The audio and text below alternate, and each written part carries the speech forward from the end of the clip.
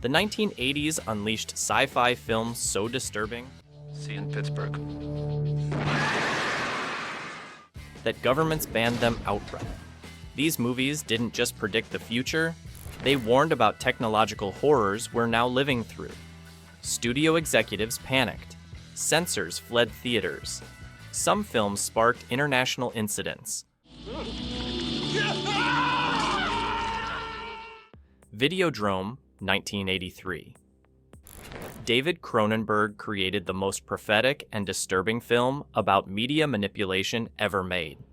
James Woods plays Max Wren, a sleazy TV executive who discovers a mysterious broadcast signal called Videodrome that causes brain tumors, violent hallucinations, and ultimately transforms viewers into programmable flesh machines.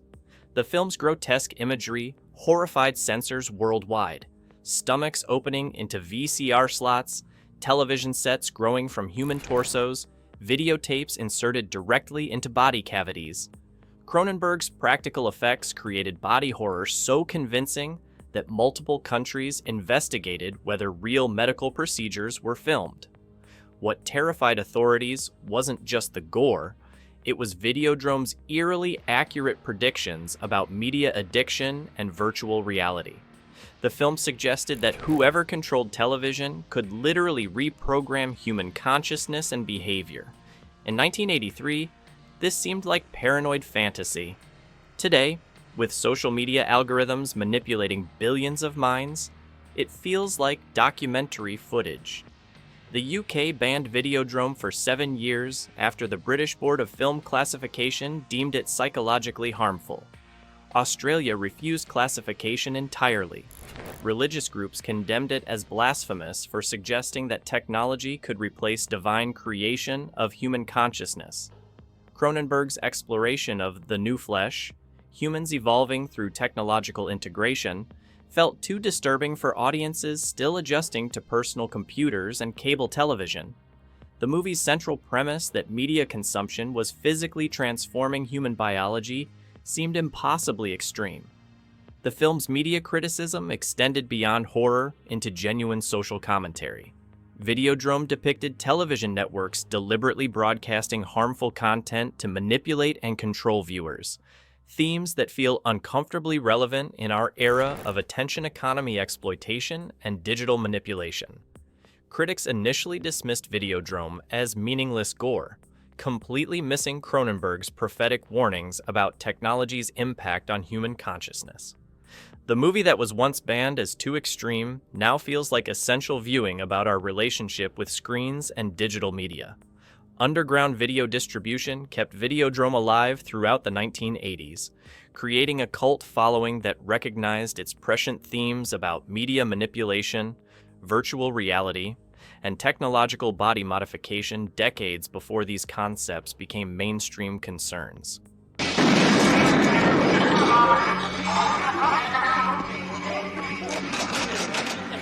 Brazil, 1985. Terry Gilliam's dystopian masterpiece about bureaucratic tyranny sparked one of Hollywood's most legendary battles between artistic vision and corporate control. Universal Pictures executives were so disturbed by the film's anti-authoritarian themes that they created their own version with a happy ending, leading to an unprecedented public war that became more famous than many movies. The film follows Sam Lowry, a low-level government clerk in a nightmarish bureaucracy where paperwork errors can result in torture and death. The society depicted combines 1940s aesthetics with advanced surveillance technology, creating a retrofuturistic world where privacy has been completely eliminated and individual freedom exists only in dreams. What made Brazil truly controversial was its unflinching depiction of torture as routine government procedure. The information retrieval scenes, where Robert De Niro's rogue heating engineer gets brutally interrogated for unauthorized repairs, felt too realistic for audiences comfortable with abstract discussions of human rights. Michael Palin's cheerful torturer, who discusses technique while inflicting agony, created disturbing cognitive dissonance. Studio head Sid Sheinberg was horrified by the film's depressing themes and secretly created a 94-minute version removing torture sequences, surveillance themes, and the ambiguous ending. His Love Conquers All cut added conventional romance and escape fantasy, where Sam rescues his love interest and they live happily ever after. When Gilliam discovered this betrayal, he launched an unprecedented public campaign against his own studio. He took out full-page advertisements in Variety asking, "Dear Sid Sheinberg, when are you going to release my film Brazil?" and organized secret screenings for critics and industry professionals. The conflict escalated when Brazil won the Los Angeles Film Critics Association Award for Best Picture, despite Universal claiming the film didn't exist. This forced the studio to release Gilliam's version, but the damage to his career was permanent. Hollywood labeled him difficult and uncommercial, limiting his future projects. Multiple countries banned or heavily censored Brazil for its anti-government themes and surveillance state warnings. The film's depiction of omnipresent monitoring, bureaucratic incompetence, and citizens disappearing into government detention felt too close to reality for authoritarian regimes worldwide. The production design created a believable future where outdated technology had grown cancerous, filling every space with pipes, ducts, and nonsensical machinery. Gilliam's vision of technological stagnation, where progress serves bureaucracy rather than human needs, reinforced themes about systems becoming more important than people. The film's torture sequences were meticulously researched using actual interrogation techniques and psychological manipulation methods. Gilliam consulted with Amnesty International and former political prisoners to ensure accuracy, making the scenes more disturbing because they reflected real government practices. Jonathan Pryce's performance as Sam Lowry captured a man slowly awakening to systemic oppression while being gradually destroyed by it. His character's escape into fantasy becomes increasingly desperate as reality proves more nightmarish than imagination can accommodate. The movie's bureaucratic satire felt prophetic as computer systems and administrative complexity expanded throughout society. Brazil predicted how technology could serve oppression rather than liberation, with surveillance presented as efficiency and torture disguised as information gathering. Brazil's influence on dystopian cinema was immediate and lasting. Its visual style shaped everything from The Matrix to modern cyberpunk, while its themes about surveillance and bureaucratic oppression have only become more relevant as governments expand monitoring capabilities and administrative control. The film's depiction of a society where happiness is mandatory, dissent is pathological, and individual freedom exists only in dreams feels uncomfortably contemporary. Brazil warned about surveillance capitalism, algorithmic control, and the merger of corporate and government power decades before these became everyday realities. The movie that executives tried to bury for being too depressing has become essential viewing for understanding how technological advancement can serve oppression rather than liberation. Gilliam's vision of bureaucratic nightmare disguised as social progress proves that sometimes the most important films are the ones that studios don't want you to see.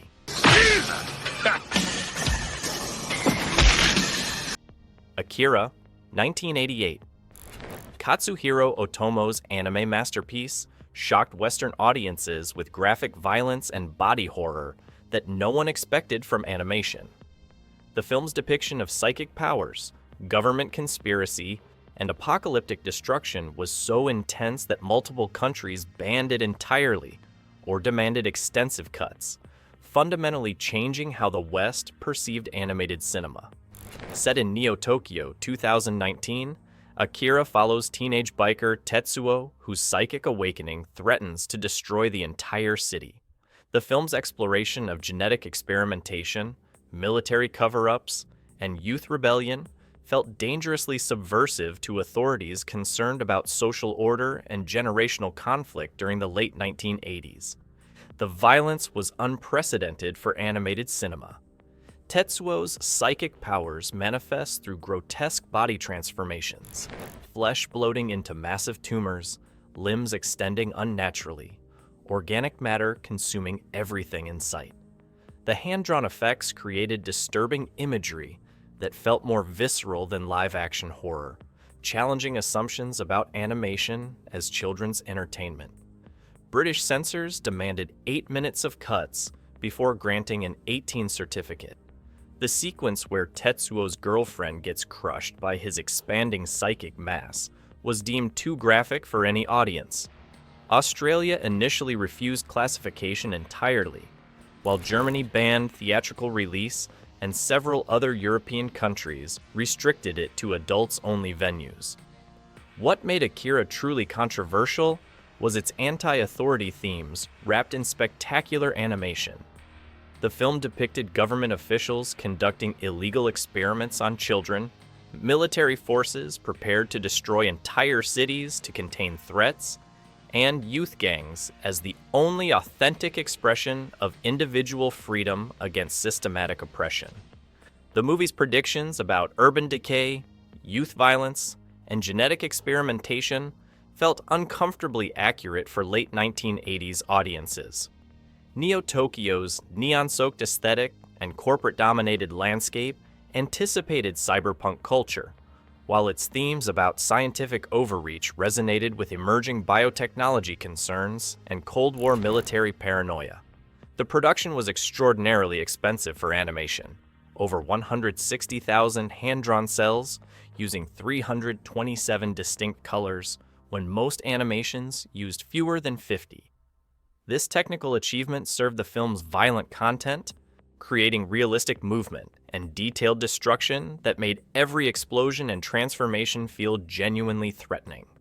Religious groups condemned Akira for its apocalyptic imagery and suggestion that human consciousness could transcend physical limitations through psychic evolution rather than divine intervention.